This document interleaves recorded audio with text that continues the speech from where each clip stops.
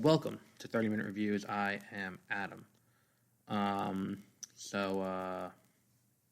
Big news week in terms of what we've been talking about on the show. By the way, if you go to twitter.com/30minreview, I'm doing a giveaway for a free digital copy of this week's movie, X-Men Dark Phoenix. All you got to do is retweet and follow the account, and you are entered to win. Drawing will be on Friday after we are, recording. So, we are recording this on Thursday. So, let's discuss the big news this week from Universal and their row with the Exhibitors of America, and abroad, too. So, as we know, the first real day-and-date release movie came out, and that was a movie that was intended for a theatrical release and then got postponed due to the coronavirus. Rather than postponing it like what they did with Scooby-Doo, well, that's going on digital now too, but like the SpongeBob movie, like Soul, like all these other movies that got delayed into later this year, early next year, they decided, fuck it, put it out on digital, we'll get some money back. And some money back they did get. They got, the movie has now in 3 weeks grossed more than the entire theatrical run of the first Trolls movie. Now, let's put that into perspective for a minute. Because when we say that, it sounds big, because we're used to thinking theatrical gross for movies. If we're talking about theatrical gross for a movie, we tend to talk about either really big movies that make a ton of money, like Avengers Endgame, like Avatar, like Titanic, movies that tend to crack the top 10. Or we're talking about movies that had a huge budget and did not make a lot of money, and then, are kind of relegated to the scrap heap, like today's movie, X-Men Dark Phoenix. We don't typically talk about the movies that do okay at the box office. They make back their budget plus a little extra, so they make a sequel, things like that. Like Detective Pikachu, we don't talk about the box office from that. We don't talk about the box office from, Trolls. Trolls, for reference, made $375 million, which is okay. I mean, it's a movie from Universal Animation. I think it's Illumination. It's not Minions money. It's not Toy Story 4 money. It's not like Shrek money. It's a good amount of money. It's a nice chunk of change that they made on that movie. Now, because of the Exhibitors, they made less, but they made more. Now, from what I'm reading online, the Exhibitors charge more, a larger percent of the profit, than, say, Amazon does when you put the movie up on Amazon Prime. Therefore, they're making substantially more money off of that gross than they are if it had just gone into theaters. So now Universal's like, holy crap, we can make more money doing this. So they're going to look into doing day-and-date releases for all of their movies from now on. And on the side of Universal, it makes sense because if I can do that and have a smaller percentage come out, I can make more money and not have to spend as much on marketing, on distribution, not like theater standees, cross-promotion with the theaters. All this stuff costs money of the studio to brand all of this. So it's easier for them to just go, forget it. Meanwhile, Warner Brothers a few weeks back also said they're rethinking the theater model altogether. Now, larger movies, Tenet, Wonder Woman, movies that would benefit from having a big screen experience will obviously not leave theaters, but that leaves theaters kind of in the lurch because now they're like, well, what are we going to do? How are we going to handle this problem? Where, we can make a lot of money on Avengers Endgame, we can make a lot of money on Far From Home, on Captain Marvel, on somehow Batman vs. Superman, but we don't have, like, in between those, what are we going to do? Because now all these smaller movies are not going to go into theaters. They're just going to go straight to digital. And it's a valid question because their livelihood depends on this. But Universal's comment was a bridge too far. So AMC, who we've been talking about, has been billions in debt and not doing very well right now. AMC announced that they will not be showing any Universal movies in their theaters, which was met with kind of like, incredulity from from people online. It's like, this is a really stupid move by AMC. You don't want that money. And it's like, This is actually a position of power for AMC, and let's discuss why. A movie like Trolls was going to make a lot of money. You know, in this situation, this is the best way to do Trolls. Just like how when later this month Scoob comes out, that's probably the best way to do Scoob at this point too, because you can't really, the marketing money that went into the movie, you're not going to put that marketing money back into the movie 6 months from now to try and get people to go to it again. It's not like what's it called, Nickelodeon, which has been advertising the SpongeBob movie nonstop. They don't gotta pay for that airtime because it's Viacom and they own they're like Paramount's putting the movie out. Viacom owns Paramount, so there's no need for them to worry about like paying someone for the movie. They don't have to pay anyone for it. So it makes sense for them to push the release date of the SpongeBob movie. For someone like Scoob, which I guess they could advertise on Cartoon Network, or like let's use Trolls, which doesn't have a designated kids network, they gotta pay for all that airtime, and they gotta reissue all the stuff, all the merchandise, all the posters, all that stuff needs to be redone now with new dates and everything. And it's not worth it for a movie that the first one only made $375 million. It's just not. It's not financially feasible. So if they can do that and they can put the movie out and make the money, who cares?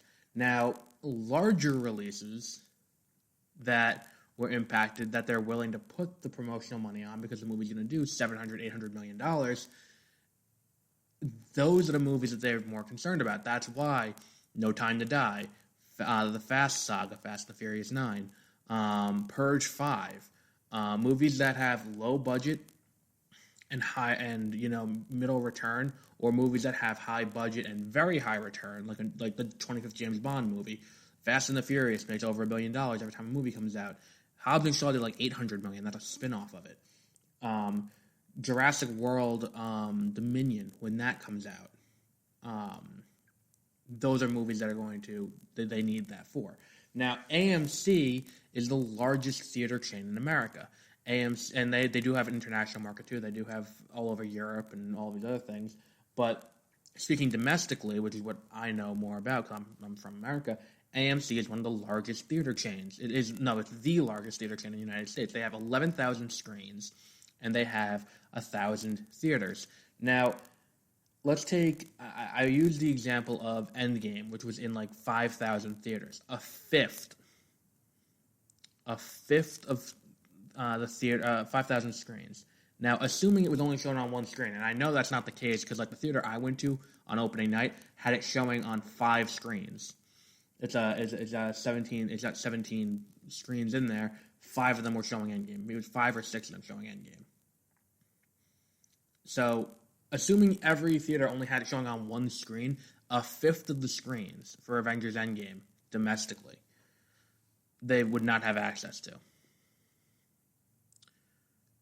Now, let's use that for Spectre. Spectre had it showing on about 4,000, a little under 4,000 screens. That's a quarter. They just lost a quarter of the screens in the country. And you can say, that people can go to other theaters. A lot of people don't have that option. If you're not in a major metropolitan area like New York or Chicago or Los Angeles or like Houston, you don't have that option. They could say, okay, I'm not going to go to an AMC, then I'm going to go to a Regal instead. But like when I was living in Albany, we had 2 AMCs, two Regals within very close proximity to each other, and if Regal stopped showing something, I wouldn't be able to see it because there was no AMC around, or you have to go to an independent theater if you could find one that was showing new release movies, which even that is happening less and less now because it's so expensive.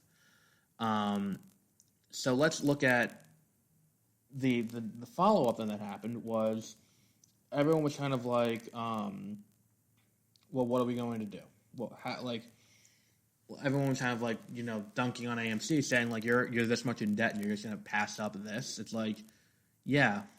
Now, at the time when this was first announced, I thought this was a power play because AMC has something called AMC On Demand, where if you go to AMC on the app, you can download movies and you can watch movies. I thought this is a power play for them going to the studio and saying, we'll show your movies in our theaters, but you have to give us first rights to distribute the movies on our platform on the same day. That way, they're still getting that same the money in from people buying the movie digitally, and it's exclusive. So Regal can't get that money, and Odeon can't get that money. Cinemark, all these other companies aren't getting that, but only AMC is, and that would be a huge get for them if they were able to sign that contract. That complicated a little bit yesterday. It appears as if that's not the case, because it appears as if NATO, the North American Association of Theater Owners, not the North Atlantic Trade Organization, which is an easy mistake to make since they're all both abbreviated NATO, didn't issue a statement, but Regal Cinemas also jumped onto the bandwagon. Regal is also not going to be showing Universal movies until something happens. I don't know what they're hoping to get out of this, because it's not like they're saying like they're not saying that like you guys have to just stop saying this, otherwise we'll bring you back in. It's like they just said no, we're not going to show movies from studios who aren't going to respect us for what we are. We're the ones who bring your money in. And to an extent, I get it. You can't kick someone while they're down and expect them to just get back up and continue to do whatever they were doing before. And I get it. And if you look at what Universal has a few big franchises, but like Jurassic World comes out every 2 or 3 years. We had one in 2018. We have one now. We have one in 2015. 2021 is the next one. So every 3 years you get a Jurassic World movie. Universal has Minions, which is every few years, which brings in $1 billion. Fast and the Furious every 2 years. If they put in Hobbs and Shaw more often, it could be annual. But who knows how long that's going to last? And what's the other one? Because like if you notice, Warner Brothers made a similar announcement, and they didn't say that to Warner Brothers. Why? Because Warner Brothers brings in DC Comics. Warner Brothers brings in, like, they're not going to pass up Tenet. They're not going to pass up Wonder Woman. And they're not going to pass up every DC comic movie that comes out 2 or 3 times a year. They can pass up these other things. They can pass up Jurassic World. They can pass up The Purge. They can pass up all these other things. But, like, The Matrix comes back to theaters. That's making $1 billion. There's a reason why they said this about them. If Lionsgate said that, 100% they'd be like, all right, go fuck yourself. We're not going to show you either. But like Disney and Warner Bros. Kind of have this statute where it's like there's so many movies that come out from these two companies that we can't say no to them. We need them. So many money-making movies come out of these franchises. And what was the other thing? Oh, and then Odeon jumped on too. Odeon being an international theater exhibitor. But it used to be domestic too. We did have one in the Mall by Me for a long time, and then it left and became a Forever 21. But Odeon has also left, and Odeon is also not going to be showing Universal movies. And I think it kind of shows Universal you can't, you have to treat us with some respect. Like at a theater, you need to treat us with respect. You can't just, as like, oh, we're going to go and like literally this was like. If we said, if Coke was like one day to McDonald's, it's like, oh, we're going to explore going somewhere else. We're not going to, we can do Coke somewhere else. We don't need Coke here. And then McDonald's is like, all right, fuck you. We're not having Coke here anymore. And people will be jumping to the defense of Coke. Like, well, they're free to do that. Yeah, just like the theater's free to do that too. It's all about money. And I think that if they were to do it where it's like the theaters were the ones who were handling the streaming of the movies, they would be less they'd have less problem with the streaming. And I think that's solely what the problem comes down to, is that the theater chains did not have the foresight to really invest in the streaming market before this all happened. Because what they could have done is they could have been, they could have said, look, we'll show it, and if you want to put it on streaming the same day, we want in on that. Now only AMC can say that. So that's the update on that situation. Hopefully by next week we get more happening. This has been an interesting little situation that's going on. It's interesting to see it unfold. Which brings us to our movie of the week, X-Men Dark Phoenix. Now, I have opinions on this movie. I've seen this done now twice in theatrical, and both times kind of missed the point of why the comic worked while the movie didn't. And I'm going to say this, it's the same issue that Batman vs. Superman had. Batman vs. Superman attempts to adapt two of the most famous comics that were ever made. The Death of Superman and The Dark Knight Returns. The Dark Knight Returns probably being the most famous Elseworlds comic. Both of these movies, happen. And what's it called? I'm sorry, I completely just lost my train of thought. So, here's why they were a success now. Superman had not died prior to the death of Superman. And subsequently, the deconstruction of Batman and Superman's relationship and the fight that ensued in The Dark Knight Returns happens and works because of the history in the comics before them. You can't just throw them together in the first movie together and have them fight and have it have the same resonance that it had then. Because you're not deconstructing that which hasn't been constructed. Now let's look at Dark Phoenix. Dark Phoenix has a similar problem. When Dark Phoenix happened, this wasn't the second movie or the second comic with Jean and Scott and all of these characters together. There were substantial amounts of other comics that came before them. So we had these characters, the deaths resonated. Anything that happened in that comic resonated because you knew the history around it. And the other thing as to why it didn't quite work right was because of Apocalypse kind of introducing the concept of the Phoenix in that movie as a part of Jean and all of that. And it's like, yeah, like the spaceness and the space like goop crap kind of awakened the Phoenix, but at the end of the day, the Phoenix Force, it doesn't quite hit the right way. And I'm just going to say this again. I love Michael Fassbender's Magneto. And I feel like he was utterly wasted in this movie. And it's like, at this point, if we're to believe that this movie happens and then we go right to the Magneto, the militant Magneto of the 2000s movies, I get it. Because the last few movies have always been Magneto wants to be left the fuck alone. And no one lets him do that. Like, every time something comes along and he needs to, go out and, do something. Like, Apocalypse comes, he goes out to do Apocalypse, to help Apocalypse bring about the New World Order. This time, he's got a nice little country full of mutants, and he's living there. And then all of a sudden, Jean shows up, and everything goes to hell. And that's that. And like, look, I get it. You want to be left alone, and I really do like his performance. He does every time. He's just a pleasure to watch on screen. And I wish he just had more to do here. Same thing with James McAvoy's Professor X. They're going to be very hard to replace. Come the new movie, but like the entire rest of the cast, I could not care less about. I don't care about Ty Sheridan's Cyclops. I don't care about Sophie Turner's Jean. I don't care about Alexandra Shipp's Storm. Not because I don't care about the characters. I want to care about the characters. The movie doesn't give me a reason to care about the characters. Because they decided to jump right in with Dark Phoenix, which is not a good jumping in movie. It's not a good movie to, try and jump in with. It's something that you need to build to.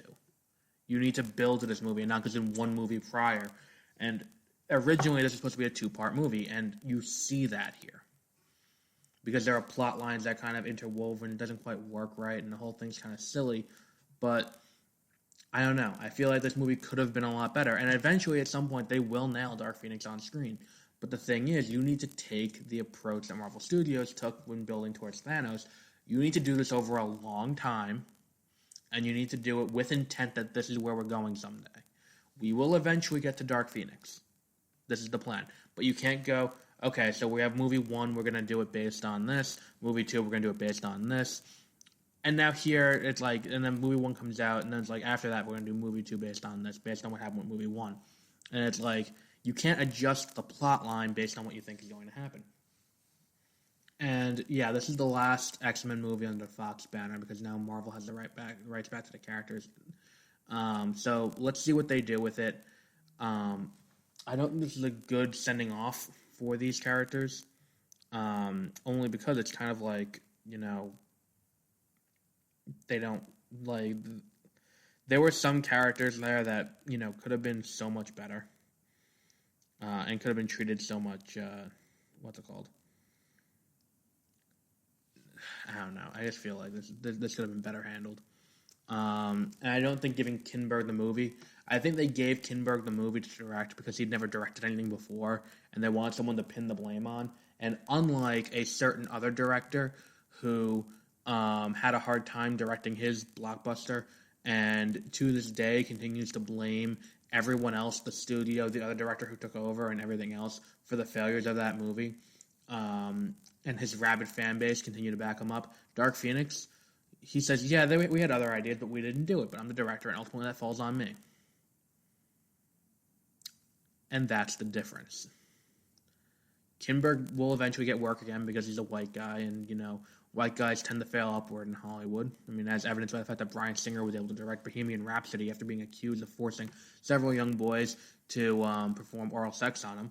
But I don't know. I feel like this is what's it called? This should have been a much better movie, but I don't think that there was anything they could have done here to make this movie better. Once the decision was made to go with Dark Phoenix as what you were adapting, that was where the failure began. There could have been a good X-Men movie with these characters because all of the actors involved are world-class actors. If you see them in other things, you'll see that they have real acting ability.